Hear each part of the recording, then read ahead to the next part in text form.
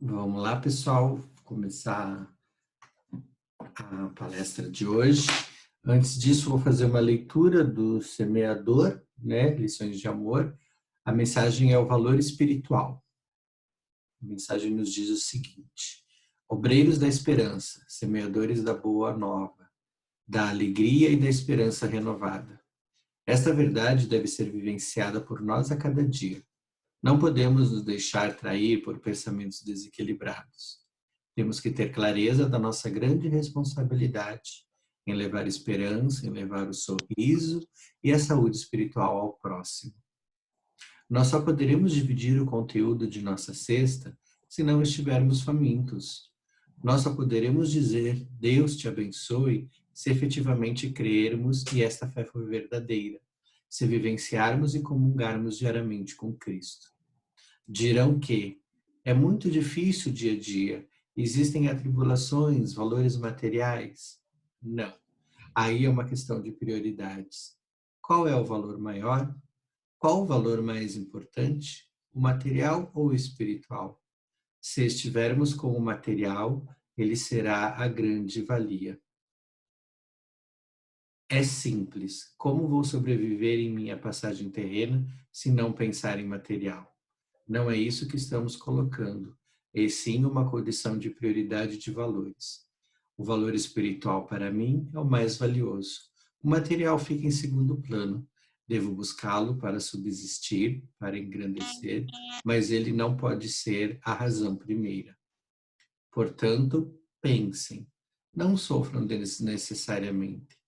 Busquem com equilíbrio e paz. Tenham alegria na condição da servidão. Estejam a cada instante prontos a semear.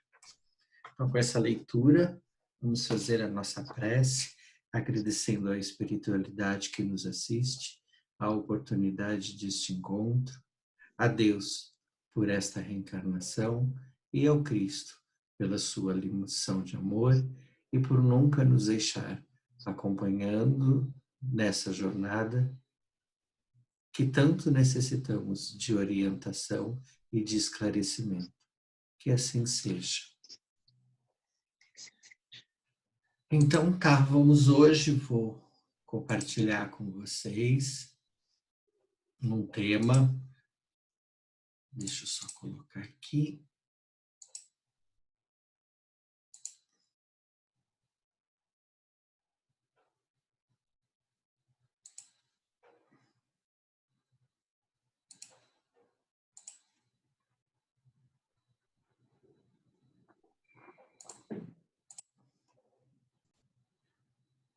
Já está aparecendo? Tá, não. Então tá bom. Então nós vamos falar hoje um pouco de várias coisas, né? Em busca de nós mesmos, para que a gente possa refletir sobre esse aspecto, né?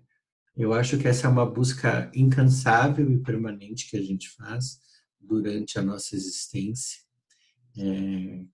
com muito fervor, né? Quem somos, o que somos, para onde vamos, de onde viemos, várias questões habitam o nosso íntimo, né?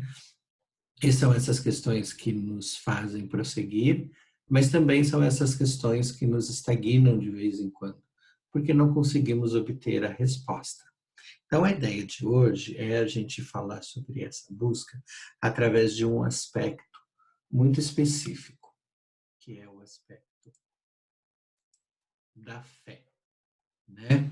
Então, a gente não falamos de nós, ou não falamos do ser humano, sem em algum momento, ou na maioria deles, falar de fé, né? Então, aqui está a chave para abrir qualquer porta, né? Nós temos os nossos ensinamentos, a fé que move montanhas. Cristo nos fala muito sobre a fé, né? A fé dos apóstolos, a passagem sobre isso. Então, nós vamos tentar seguir uma jornada hoje de buscar nós mesmos através da fé, né? Como é que a gente busca essa fé, né? E para fazer isso, a primeira coisa que a gente vai refletir é como que a gente construiu essa fé, né? Como que essa fé a gente construiu ou como ela foi construída. Muitas vezes nós não percebemos, né, que ela está sendo construída, mas ela foi de alguma maneira imbuída dentro de nós, né? Dentro do nosso entendimento, dos nossos pensamentos, durante essa nossa existência, aconteceram coisas que nos foram, como esses blocos foram sendo construídas, né? E a gente construiu a fé que a gente tem hoje, né? Então, para a gente recapitular, né? A gente não tem como falar da fé sem falar da ordem cronológica das revelações, né? Então, que elas estão intimamente ligadas, né? Tudo começa na nossa vida, nosso primeiro contato com a fé vem pela família, né? E a grande maioria dos que estão aqui, ou de quase todo mundo, ela vem de uma fé cristã. Então, a gente tem aí a ordem cronológica das 3 revelações. A primeira por Moisés, os 10 mandamentos, para regrar e frear. A segunda em Jesus, com a lei de amor, caridade e perdão, com a ação, né? Agir, transformar e praticar. E a terceira revelação, através de Kardec, pela codificação espírita, né? Ela vem esclarecer, ela vem dar sentido às outras revelações e aos ensinamentos, né? E aí a gente tem dentro das nossas mentes uma construção que passa muito por essas imagens, né? Quando a gente fala nos 10 mandamentos, obviamente a gente já remete a Moisés. Quando a gente remete a Moisés, de uma maneira genérica, com algumas variações, nós temos essa imagem que nos vem à mente, né? As tábuas com os 10 mandamentos, Moisés na montanha recebendo de Deus os 10 mandamentos, né? E por fim, os 10 mandamentos em si, né? Amar a Deus sobre todas as coisas, não tomar seu santo nome em vão, guardar os domingos e as festas de guarda, honrar pai e mãe, não matar, não pecar contra a castidade, não furtar, não levantar falso testemunho, não desejar a mulher do próximo e não cobiçar as coisas alheias, né? Das 10 mandamentos, 7 deles começam com um não, né? Só para reforçar que o objetivo dos 10 mandamentos era frear aquela multidão de pessoas que caminhavam por um novo início. Então, ali precisava-se de um controle, e essas leis de Moisés vêm para ajudar nesse controle dessa multidão, né? Por isso que nós temos muitas orientações do que não fazer, né? E por aí se seguiu os 10 mandamentos até que chega Cristo, né? Cristo encarna para nos trazer a lei de amor. E resume os seus mandamentos em 2, né? Ame o Senhor, o seu Deus, de todo o coração, de toda a sua alma e de todo o seu entendimento. E o segundo, semelhante a ele, ama o seu próximo como a si mesmo. Destes 2 mandamentos depende toda a lei dos profetas. Isso já está no Evangelho segundo o Espiritismo, né? Então, a primeira reflexão que a gente tem que fazer na nossa construção, no entendimento da nossa construção de fé, é quando que essa lei de amor chegou para nós, né? Quando que a nossa mente e nós tivemos contato com essa lei de amor que está aparecendo aqui. Ela foi tão presente na nossa vida quanto os 10 mandamentos? Ou não? Né? Ou os 10 mandamentos, eles vieram e tomaram conta, né? Talvez alguns de nós tenhamos tido a oportunidade de ter acesso à lei de amor do Cristo na sequência do aprendizado dos 10 mandamentos. Alguns de nós talvez não tenham tido essa oportunidade e só tenham conseguido chegar à lei de amor, como Cristo ensinou, após muito tempo, né? Mas ela aconteceu em algum momento. E por fim, né, a gente recebeu o Consolador prometido, né? A doutrina espírita. Se me amais, guardai os meus mandamentos, e eu rogarei ao meu Pai, e ele vos enviará outro Consolador, a fim de que fique eternamente conosco. O Espírito de verdade que o mundo não pôde receber, porque não o vê e absolutamente não conhece. E através da doutrina espírita, o Espírito de verdade vem e nos traz o esclarecimento sobre a vida espiritual, né? Então, nós temos dentro do processo de construção, né, 3 passagens bem específicas, né? Em qual delas a nossa fé foi construída, né? Na nossa construção de blocos individuais, aí cada um, será que nós conseguimos ter esses 3 blocos para construir a nossa fé? E aí, se tivermos, qual deles foi melhor sedimentado, né? Se pensarmos nele como um bloco, como um tijolo, qual dele foi melhor sedimentado, né? Por quê? Porque é esse que está sedimentado que muito provavelmente é o que não se abala, é aquele que está mais enraizado dentro de nós. E isso nos ajuda a entender como que nós vamos processar essa construção da fé, né? Então, acredito que os 10 mandamentos foram muito sedimentados, né? Em nossa criação, no nosso desenvolvimento. Em algum momento tardio ou junto com o Consolador prometido, é que nós chegamos a entender a lei de amor do Cristo e a começar a se debruçar nesse aprendizado de esclarecimento sobre as leis divinas e as leis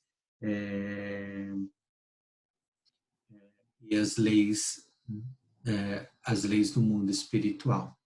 E aí, então, a gente construiu, né, um caminho de aprendizado. A gente teve ali nos nossos platôzinhos ensinamentos, aí a gente aprendeu uma outra coisa, e aprendeu outra, e esse caminho do aprendizado, ele vai sendo complementado, né? Complementado. Mas é importante, mais uma vez, a gente entender qual é o aprendizado que a gente tomou como sedimento da nossa construção, né? E aí, tomando como uma premissa, vamos entender os atributos de Deus, né? Com tudo isso que nós falamos, né? O que é o Deus para nós, né?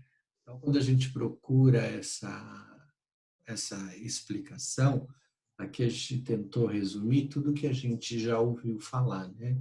Misericordioso, Deus é misericordioso, é amor, é soberano, é justo, amado de nossas almas, possuidor do céu e da terra, é provedor, é forte, é infinito, é bondoso, é santo, além de ser onipotente, onisciente e onipresente, né?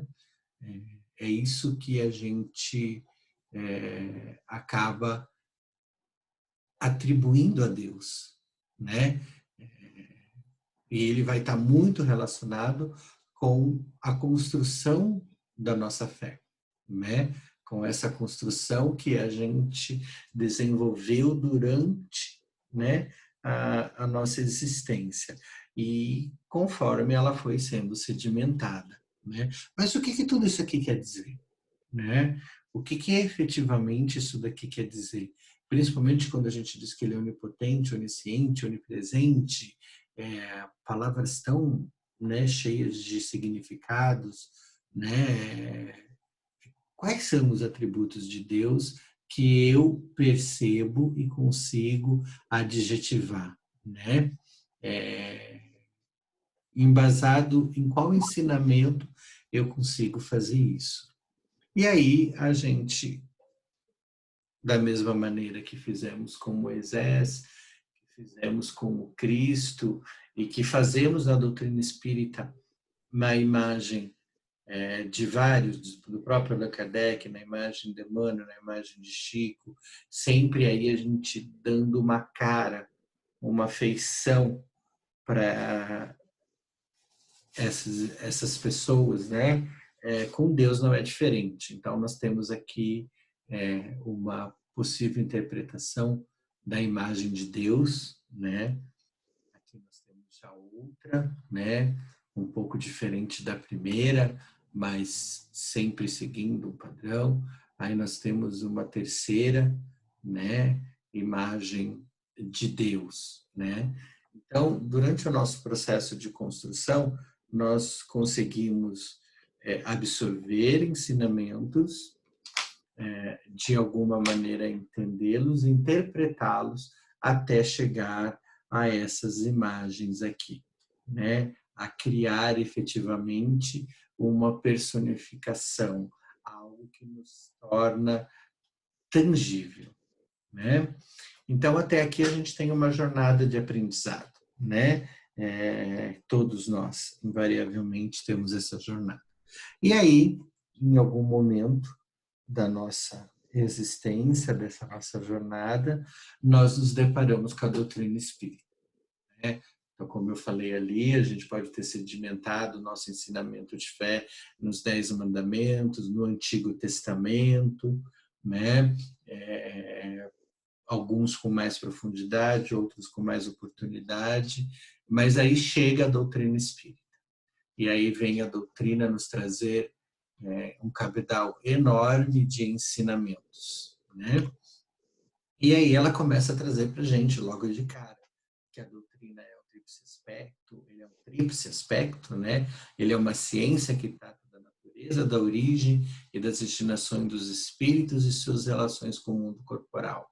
Ela é ciência porque explica, ela é moral porque transforma, ela é filosófica porque indaga, né? Então, ela vem com 3 aspectos como base para que a gente possa entender a vida no mundo espiritual, né? Baseada em 5 pilares, ela vai nos falar sobre Deus, sobre a imortalidade da alma, sobre a reencarnação, a comunicabilidade com os espíritos, a pluralidade dos mundos, tudo isso através das obras básicas, né?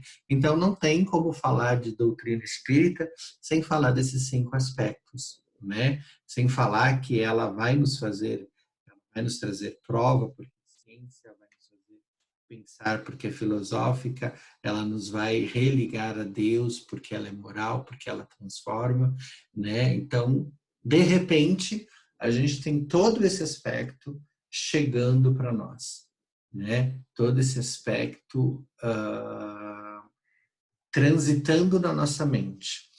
Então, nós temos uma fé construída por muito tempo, né? E de repente a gente tem uma nova interpretação, uma nova janela se abre com todas essas questões, com todos esses ensinamentos, né? Que não vão parar por aí, né? Eles vão crescer, eles vão aumentar. Lá no Livro dos Espíritos, a gente vai aprender as ordens, né, da escala espírita. Então, a primeira ordem, sem influência na matéria, espíritos puros. A segunda ordem, influência dos espíritos sobre a matéria, espíritos benévolos, sábios, de sabedoria e superiores. A terceira ordem, influência da matéria sobre espíritos, espíritos puros, levianos, pseudo-sábios, né? Neutros. Então, a gente vai começando a entender que existe uma estrutura dentro dessa doutrina, e aqui a gente começa já, né, aqui de maneira mais efetiva, a conflitar de maneira às vezes direta, às vezes de maneira sutil, com essa construção de fé que habita dentro de nós, né? Então, até então, se nossa fé está construída sobre os 10 mandamentos, sobre o Antigo Testamento, sobre uma base sólida, bem sedimentada, né? Esse novo aprendizado vai precisar se estabelecer em cima dessa estrutura bem fixa. E aí a gente vai precisar de uma argamassa muito especial para afixar, porque em algum momento a gente vai questionar ou vai levantar necessidade de entendimento sobre a fé já construída. Ora, lá em Moisés, nós tivemos uma revelação através de um encarnado, uma pessoa que conversava com Deus. Agora nós estamos falando de uma doutrina onde os espíritos passam a nos ensinar coisas que até então eram feitas por um mensageiro. Então a gente começa a criar pequenos conflitos de interpretação e de entendimento quanto à doutrina. Infelizmente hoje está me dando o aviso dos 10 minutos, tá, gente? Então aqui a gente já começa a expandir o nosso entendimento. Opa, agora eu já estou falando de escalas de espíritos, né? Da escala espírita, então existem tipos de espíritos, eles estão divididos dentro de uma característica, de uma lógica, e não é só os espíritos, porque nós também temos as categorias de mundos habitados, né? As diferentes categorias. Opa, então não é só o espírito que tem uma escala, para ele ter uma escala, ele evolui. A gente também tem os mundos primitivos de expiação e provas, regeneração, mundos ditosos, celestes ou divinos, e a gente pode perceber que eles têm uma gradação, eles vão mudando, né? Então, eles evoluem também. Então, opa, tem uma evolução acontecendo além da minha própria evolução, né? Então, o que eu tenho de fé, ela é mutável, né? Se os próprios espíritos evoluem, os mundos evoluem, será que a minha fé também é mutável? Mas tudo aquilo que eu aprendi, eu já sei sobre fé, será que eu preciso mudar? Será que ela evolui também? Né? Eu não estou vendo aqui. Tá. E aí, tudo isso através da doutrina, através das obras básicas, nesses 7 livros, né? O livro dos Espíritos, o livro dos Médiuns, o Evangelho segundo o Espiritismo, o Céu e o Inferno, a Gênese, e aí o complemento de obras póstumas e o que é o Espiritismo. Tudo isso dentro dessas obras, que por si só são obras com muita informação, com muito conhecimento, e que também nos espanta no primeiro momento, né? Tudo aquilo que eu sabia, tudo aquilo que eu criei como fé, como pode ser tudo isso aqui, né? Como pode tudo isso aqui vir a fazer parte dessa fé que eu construí, né? Ela começa mais uma vez a procurar espaço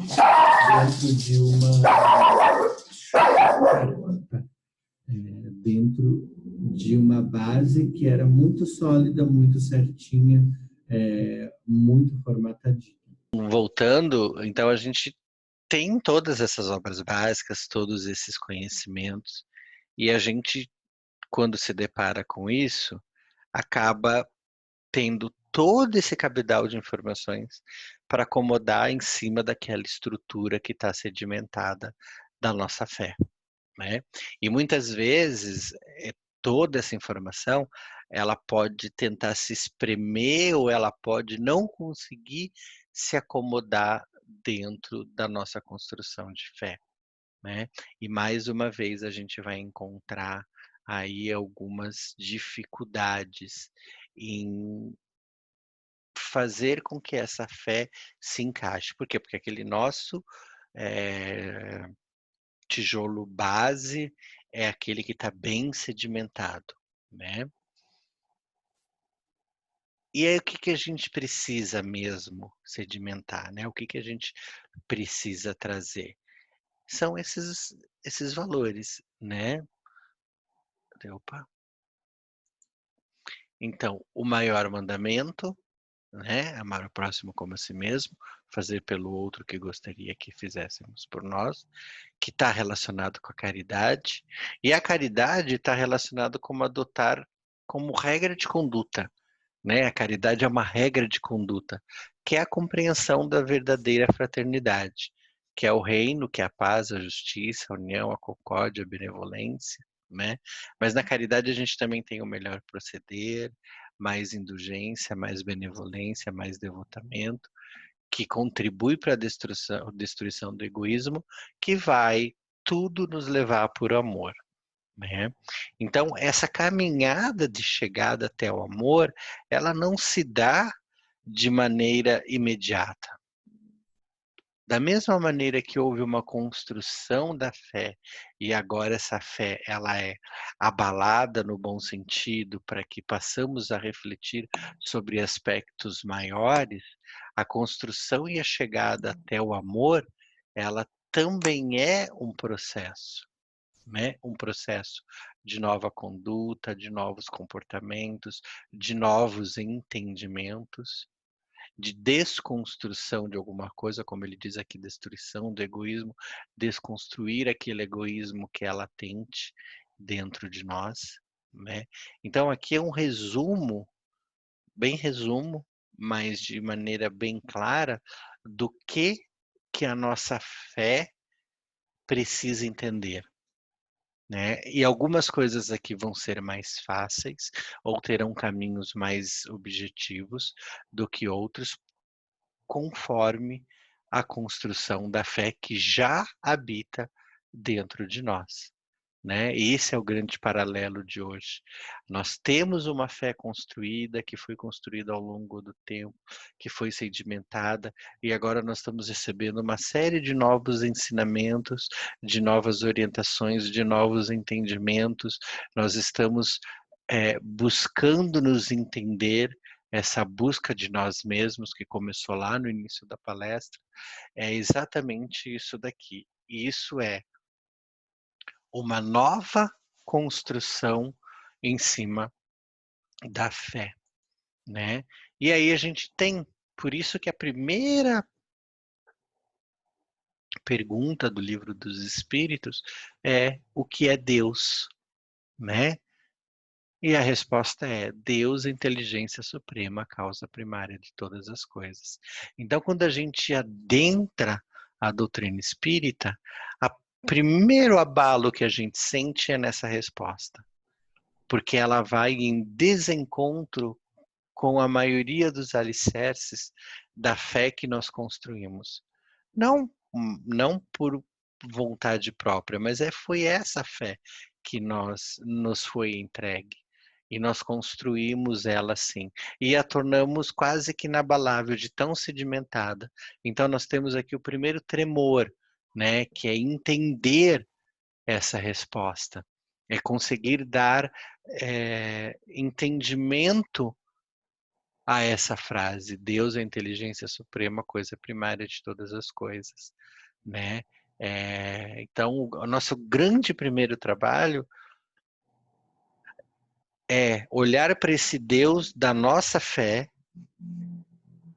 e tentar dar para ele um novo significado, que é o significado da inteligência suprema, causa primeira de todas as coisas, né? Só essa em si é uma grande atividade, né? E aí a gente ressignificar essa imagem, né? Será que essa imagem condiz com essa resposta? Será que essa imagem é a representação da nossa fé e ela está ligada a essa resposta? Ou nós precisamos ressignificar essa imagem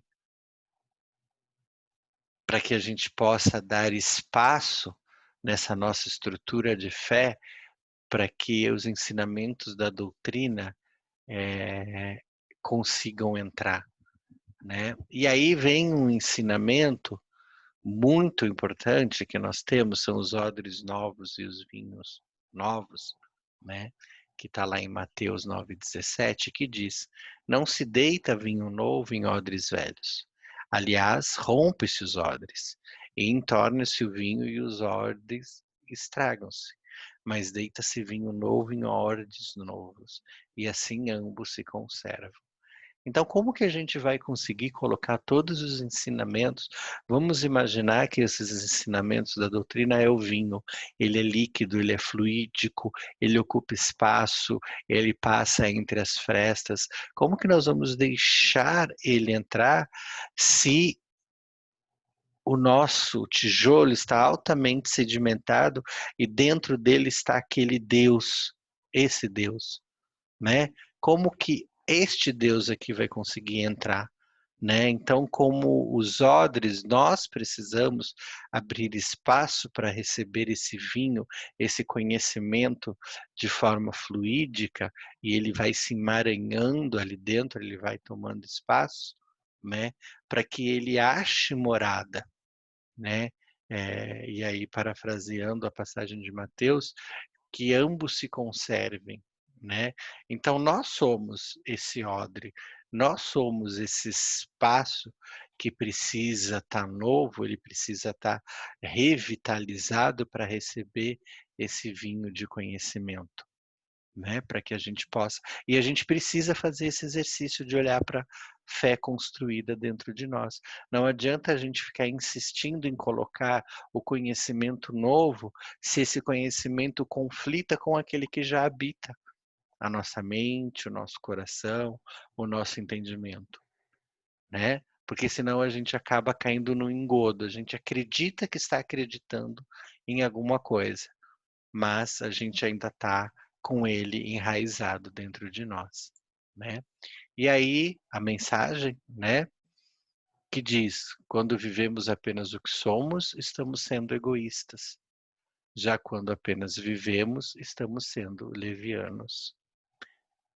Que eu possa, nessa bendita oportunidade reencarnatória, fazer germinar a semente divina dentro de mim, vivendo o quem sou, com a humildade de evoluir, com os ensinamentos do Cristo e a orientação do Espiritismo.